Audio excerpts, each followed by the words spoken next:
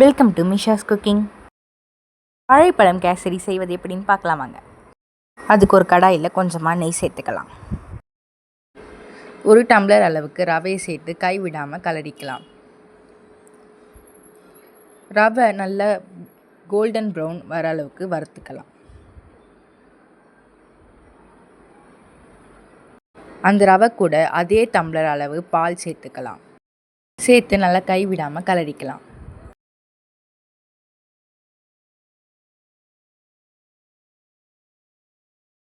அந்த டம்ளரில் அரை டம்ளர் அளவுக்கு சுகர் சேர்த்துக்கலாம்.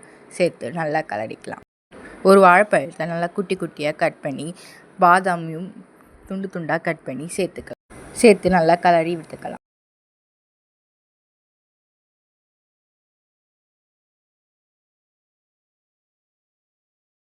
இறக்குறதுக்கு முன்னாடி ஒரு ஸ்பூன் நெய் விட்டு இறக்கிக்கோங்க. அவ்வளோதாங்க, வாழைப்பழ கேசரி ரெடிங்க. சாப்பிட்டு பார்த்து எப்படி இருக்குன்னு கமெண்ட் பண்ணுங்கள்.